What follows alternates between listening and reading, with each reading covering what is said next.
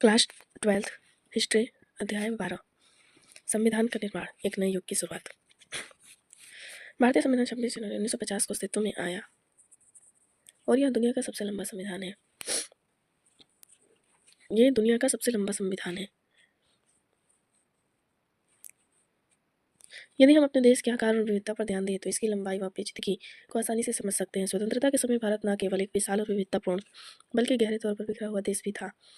ऐसे में देश की एकजुटता और प्रगति के लिए एक विस्तृत गहन विचार विमर्श पर आधारित और सावधानीपूर्वक सूत्रबद्ध किए गए संविधान लाजिमी था। हमारे संविधान ने अतीत और वर्तमान के घावों पर मरहम लगाने और विभिन्न वर्गों, जातियों व समुदाय में बटे भारतीयों को एक साझा राजनीतिक प्रयोग में शामिल करने में मदद की दी है। दूसरी ओर इस संविधान ने लंबे समय से चली आ रही उच्च नीच और अधीनता की संस्कृति में लोकतांत्रिक संस्थाओं को विकसित करने का भी प्रयास किया है।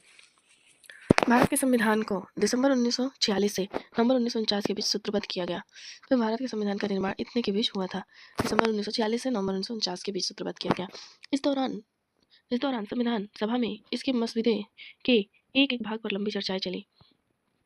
संविधान सभा के कुल 11 स्तर हुए। जिनमें 165 दिन बैठकें हुई। सूत्रों के बीच विभिन्न समितियां और उप समितियां मसौदे को सुधारने और संवारने का काम करती थी। जो स्तर होते थे ना, उनके बीच जो समितियां और उप समितियां थी वो मसौदे को सुधारने और संवारने का काम करती थी। राजनीतिक शास्त्र की पाठ्य पुस्तकों को पढ़ने के बाद आप जान चुके होंगे कि भारत का संविधान कैसा है। आप देख चुके हैं कि आज़ादी के बाद इस संविधान की क्या उपयोगिता है और सार्थकता रही है। इस अध्याय में हम संविधान के इतिहास और उसके निर्माण के दौरान हुए गहन परिचर्चा को जानेंगे। यदि संविधान सभा में उठने वाली आवाज़ों को सुनने का प्रयास करें तो हमें उन प्रक्रियाओं का अंदाजा लग जाएगा जिनके माध्यम से संविधान को स्तरबद्ध किया गया और एक नए राष्ट्र की कल्पना साकार हुई। यहाँ पे कह रहा है संविधान बनाने में जो भी कठिनाइयाँ हुई। पहले कह रहा है उथल पुथल का दौर। संविधान निर्माण से पहले के साल काफ़ी उथल पुथल वाले थे। यह महान आशाओं का क्षण भी था और भीषण मोह भंग का भी। 15 अगस्त 1947 को भारत तो आज़ाद कर दिया गया, किंतु इसके साथ ही इसे विभाजित भी कर दिया गया। भारत आज़ाद हुआ 15 अगस्त 1947 को और विभाजित भी हुआ इसी वक्त। लोगों की स्मृति में 1942 का भारत छोड़ो आंदोलन अभी भी जीवित था, जो ब्रिटिश राज के खिलाफ संभवतः सबसे व्यापक जन आंदोलन था। भारत छोड़ो जो आंदोलन था 1942 का, वो ब्रिटिश के खिलाफ संभवतः सबसे ज़्यादा व्यापक जन आंदोलन था। विदेशी सहायता से सशस्त्र संघर्ष के जरिए स्वतंत्रता पाने के लिए सुभाष चंद्र बोस द्वारा किए गए प्रयास भी लोगों को बखूबी याद थे। 1946 के बसंत में बम्बई तथा अन्य शहरों में रॉयल इंडियन नेवी के सिपाहियों का विद्रोह भी लोगों को बार बार आंदोलित कर रहा था।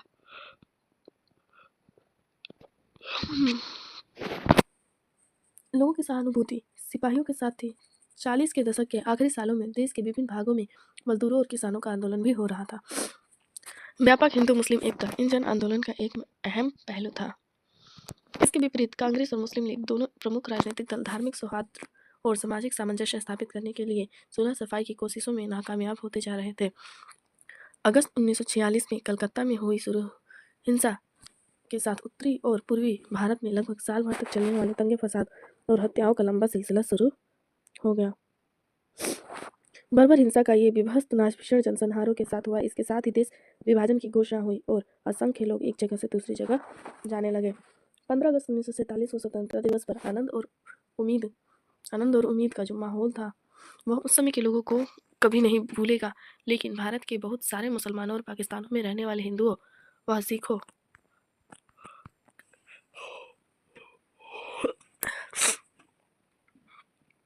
के लिए यह निर्मम चुनाव का क्षण था। उनके सामने यह तत्क्षण मृत्यु तथा पीढ़ियों पुरानी जड़ों से उखड़ जाने के बीच चुनाव का क्षण था।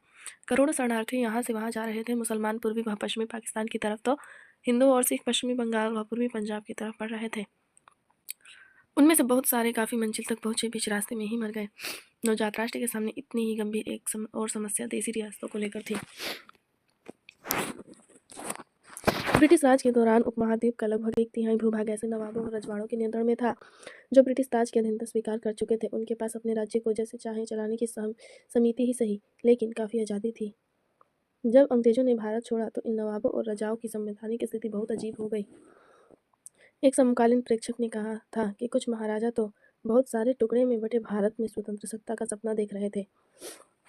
संविधान सभा की बैठकें इसी पृष्ठभूमि में संपन्न हो रही थी। बाहर जो कुछ चल रहा था उससे संविधान सभा में होने वाली बहस और विचार विमर्श भी भला अछूता कैसे रह सकता था। संविधान सभा का गठन संविधान सभा के सदस्यों का चुनाव सार्वभौमिक मताधिकार के आधार पर नहीं हुआ। 1945 के 46 की सर्दियों में भारत के प्रांतों में चुनाव हुए थे। इसके पश्चात प्रांतीय संसदों ने संविधान के सदस्यों को चुना।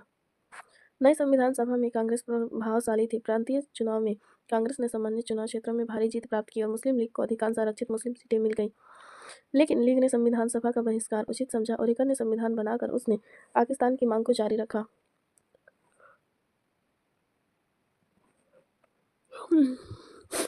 शुरुआत में समाजवादी भी संविधान सभा से परे रहे क्योंकि वे उसे अंग्रेजों की बनाई हुई संस्था मानते थे। वे मानते थे कि इस सभा का वाकई स्वायत्त होना असंभव है। इन सभी कारणों से संविधान सभा के 82% सदस्य कांग्रेस पार्टी के सदस्य थे। परंतु सभी कांग्रेस सदस्य एक मत नहीं थे। कई निर्णायक मुद्दों पर उनके मत भिन्न भिन्न हो सकते थे। कई कांग्रेसी समाजवाद से प्रेरित थे तो कई अन्य जमींदारों के हिमायती थे। कुछ सांप्रदायिक दलों के करीब थे लेकिन कई पक्के धर्मनिरपेक्ष। राष्ट्रीय आंदोलन की वजह से कांग्रेसी विवाद करना और मतभेदों पर बातचीत कर समझौते की खोज करना सीख गए थे। संविधान सभा में भी कांग्रेस सदस्यों ने कुछ ऐसा ही रुख अपनाया। संविधान सभा में हुई चर्चाएं जनमत से भी प्रभावित होती थी।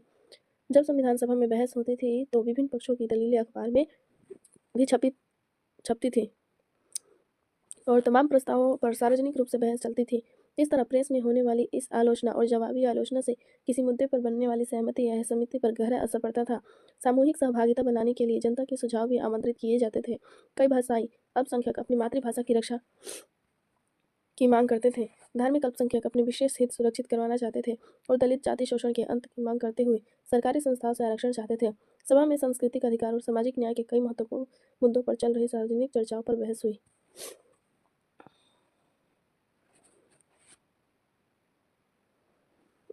यहाँ पे संविधान सभा की प्रमुख समितियों के नाम दिया गया है। कौन कौन सी समिति है और संविधान सभा की समितियों के अध्यक्ष कौन है।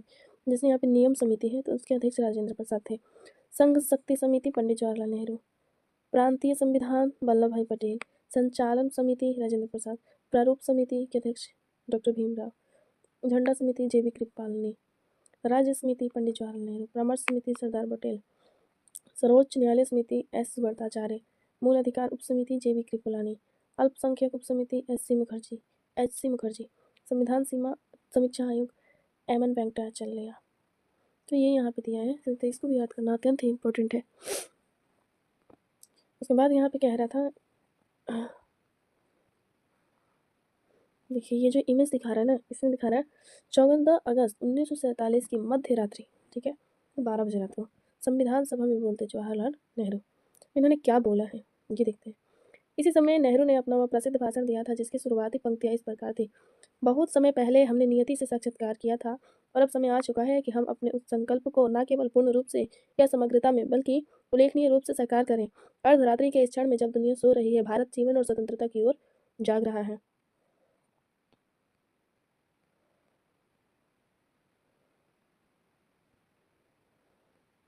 मुख्य आवाज़ें। संविधान सभा में 300 सदस्य थे।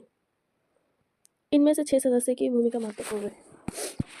300 सदस्य में जिस 6 सदस्य से की भूमिका बहुत ही महत्वपूर्ण है वो सदस्य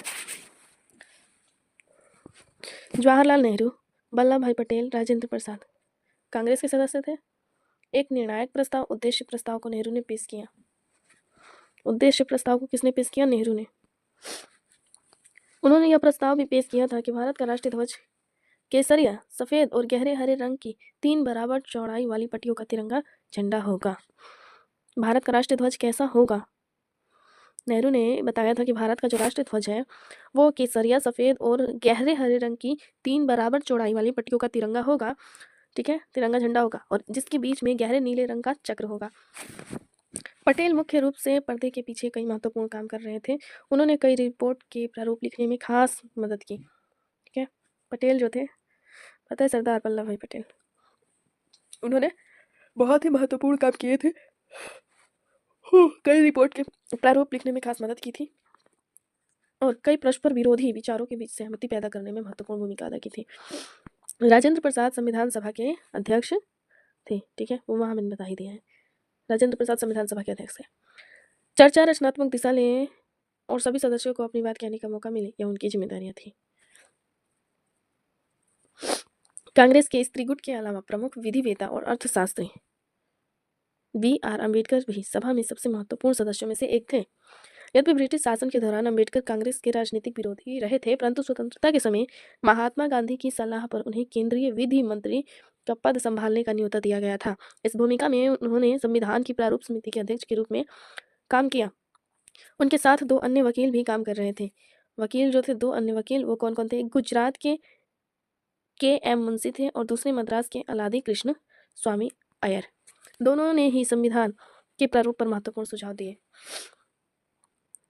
इन 6 सदस्यों को 2 प्रशासनिक अधिकारियों ने महत्वपूर्ण सहायता दी। 6 सदस्यों को 2 प्रशासनिक अधिकारियों ने महत्वपूर्ण क्या दिया? सहायता दिया। इसमें से एक B.N. राव थे।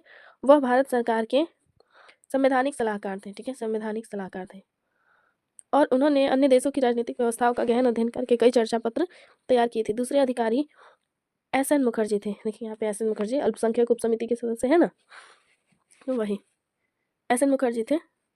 इनकी भूमिका मुख्य योजनाकार की थी।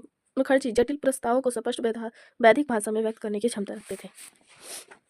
इसके बाद यहाँ आ रहा है, अम्बेडकर के पास सभा में संविधान के प्रारूप को पारित करवाने की जिम्मेदारी थी।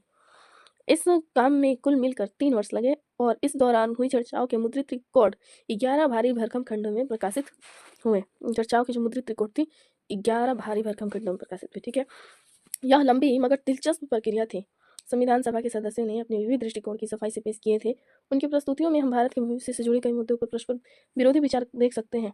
देश के भावी स्वरूप, भारतीय भाषा, राष्ट्र को कौन सी राजनीतिक और आर्थिक बनानी चाहिए, नागरिक के नैतिक मूल्य कैसे होने चाहिए और कैसे नहीं, उन सभी प्रश्नों पर यहाँ पे देखिए कह रहे हैं B.R. Ambedkar Hindu code bill पर चर्चा का संचालन कर रहे हैं। हिंदू कोड बिल संविधान की दृष्टि 13 दिसंबर 1946 को जवाहरलाल नेहरू ने संविधान सभा के सामने उद्देश्य प्रस्ताव पेश किया। कब उद्देश्य प्रस्ताव पेश किया जवाहरलाल नेहरू ने? 13 दिसंबर 1946 को। ठीक है, किसने पेश किया? जवाहरलाल नेहरू ने। और क्या पेश किया? संविधान के सामने उद्देश्य प्रस्ताव। यह एक ऐतिहासिक प्रस्ताव था जिसमें स्वतंत्र भारत के संविधान के मूल आदर्शों की रूपरेखा प्रस्तुत की गई थी और वह फ्रेमवर्क सुझाया गया था जिसके तहत संविधान का कार्य आगे बढ़ना था। इसमें भारत को एक स्वतंत्र संप्रभु गणराज्य घोषित किया गया था। भारत को जो ये उद्देश्य प्रस्ताव है, इसमें क्या स्वतंत्र संप्रभु गणराज्य घोषित किया गया था। ठीक है, नागरिक को न्याय, समानता व स्वतंत्रता का आश्वासन दिया गया था। जो नागरिक थे उनको न्याय, समानता और स्वतंत्रता का आश्वासन दिया गया और यह वचन दिया गया कि अल्पसंख्यक विषयों व जनजातीय क्षेत्रों व दलित व अन्य पिछड़े वर्गों के लिए पर्याप्त रक्षात्मक प्रावधान किए जाएंगे। इन उद्देश्यों को रेखांकित करते हुए नेहरू ने भारतीय प्रयोगों को एक व्यापक ऐतिहासिक संदर्भ में प्रस्तुत किया। इस अवसर पर बोलते हुए उन्होंने कहा कि उनकी नज़र बर्बस अतीत में हुए उन ऐतिहासिक प्रयोगों की ओर जा रही है जिनमें अधिकारों के ऐसे दस्तावेज तैयार किए गए थे। ये नेहरू के पत्र रिपोर्ट है। देखिए, इसमें नेहरू बता रहे हैं कि हम सिर्फ नकल करने वाले नहीं हैं। जैसे किसी भी देश के संविधान का हम नकल करके लिखते, ऐसा नहीं है। तो उन्होंने अपने प्रसिद्ध भाषण में, जो भाषण उन्होंने 13 दिसंबर 1946 को दिया था, जब उन्होंने संविधान सभा के सामने उद्देश्य प्रस्ताव दिया था, तो उस समय उन्होंने एक भाषण दिया था। उस भाषण में उन्होंने कहा था कि मेरे जहन में बार बार वे सारी संविधान सभाएं आ रही हैं जो पहले यह काम कर चुकी हैं। मुझे उस महान अमेरिकी राष्ट्र के निर्माण की प्रक्रिया का ख्याल आ रहा है जहाँ राष्ट्र निर्माताओं ने एक ऐसा विधान रच दिया जो इतने सारे सालों, 1.5 सदी से भी ज़्यादा समय तक काल की कसौटी पर खरा उतरा। उन्होंने एक महान राष्ट्र को गढ़ा जो उसी संविधान पर आधारित है। इसके साथ ही मेरी नज़र उस महान क्रांति की ओर जाती जो 150 साल पहले एक अन्य स्थान पर हुई थी। मुझे उस संविधान सभा का विचार आता है जो स्वतंत्रता के लिए इतने सारे संघर्ष लड़ने वाले पेरिस के भव्य एवं खूबसूरत शहर में जुटी थी। उस समय संविधान सभा में कितनी मुश्किलों का सामना किया था और किस तरह से राजा व तमाम अन्य अधिकारी इसके रास्ते में रोड़ा बने। इतिहास के ये सारे अध्याय पर बस मुझे याद आ रहे हैं। सदन इस बात को याद रखेगा कि जब इस तरह की मुश्किलें आई और जब उन संविधान सभा एक कमरा तक नहीं दिया जा रहा था, तो उन्होंने टेनिस के खुले मैदान में सभा की थी और एक शपथ ली थी जिसे टेनिस कोर्ट का शपथ के नाम से जाना जाता था। उन्होंने राजाओं व अन्य ताकतों की रुकावटों के बावजूद बैठक जारी रखी और तब तक वहाँ से नहीं हिले जब तक उन्होंने अपना काम पूरा नहीं कर लिया। मुझे विश्वास है कि हम भी उसी सद्भावना से यहाँ इकट्ठा हुए हैं और चाहे हमारी बैठक इस कक्ष में हो या और कहीं, चाहे खेतों में हो या बाजारों में, हमारी बैठक तब तक जारी रहेगी जब तक हम अपना काम पूरा नहीं कर लेंगे। इसके साथ ही मुझे हाल की एक क्रांति का विचार आता है जिसमें एक नए किस्म के राज्य का जन्म हुआ। यह रूस की क्रांति थी जिसने दुनिया के एक शक्तिशाली देश के रूप में सोवियत समाजवादी गणराज्य को जन्म दिया। आज यह देश दुनिया की अप्रतिम भूमिका निभा रहा है। न केवल दुनिया का ताकतवर देश बल्कि हमारा पड़ोसी भी है। ये सारे महान प्रयोग हमारे सामने हुए। उनकी सफलताओं से सीखना और उनकी विफलताओं से बचने का प्रयास करना है। हो सकता है उनकी विफलताओं से बचने में सफल ना हो पाए क्योंकि किसी भी इंसानी कोशिश में थोड़ी बहुत नाकामी की गुंजाइश तो रहती ही है, परंतु मुझे विश्वास है कि तमाम रुकावटों और कठिनाइयों के बावजूद हम आगे बढ़ेंगे और अपने सपने को प्राप्त व साकार करके ही दम लेंगे, जिसे हम इतने अरसे से अपने दिल में संजोए हुए हैं। हमने एक स्वतंत्र संप्रभु गणराज्य की स्थापना का दृढ़ और पवित्र संकल्प लिया है। भारत का संप्रभु होना नियत है, इसका स्वतंत्र होना और गणराज्य होना भी स्वाभाविक है। कुछ मित्रों ने सवाल उठाया कि आपके यहाँ लोकतांत्रिक शब्द क्यों नहीं रखा। मैंने उन्हें कहा कि निसंदेह यह सोचा जा सकता है कि कोई गणराज्य लोकतांत्रिक ना हो, परंतु हमारा पूरा इतिहास इस तथ्य का साक्षी है कि हम लोकतांत्रिक संस्थाओं के ही पक्षधर हैं। स्वाभाविक है कि हमारा लक्ष्य लोकतंत्र है, लोकतंत्र से कम कुछ भी नहीं। यह लोकतंत्र कैसा होगा, उसकी शकल सूरत कैसी होगी, ये एक अलग मसला है। आज के लोकतंत्र ने दुनिया की प्रगति में जबरदस्त भूमिका निभाई है। उनमें से बहुत सारे यूरोप तथा अन्य स्थानों के देश हैं, परंतु यह निसंदेह संदेहजनक हो सकता है कि अगर उन्हें पूरी तरह लोकतांत्रिक बने रहना है तो ना जाने कब उन लोकतंत्रों को अपनी शकल सूरत थोड़ी बहुत बदलनी पड़ती है। मैं आशा करता हूँ कि किसी कथित लोकतांत्रिक देश की किसी एक खास लोकतांत्रिक प्रणाली या किसी स्थान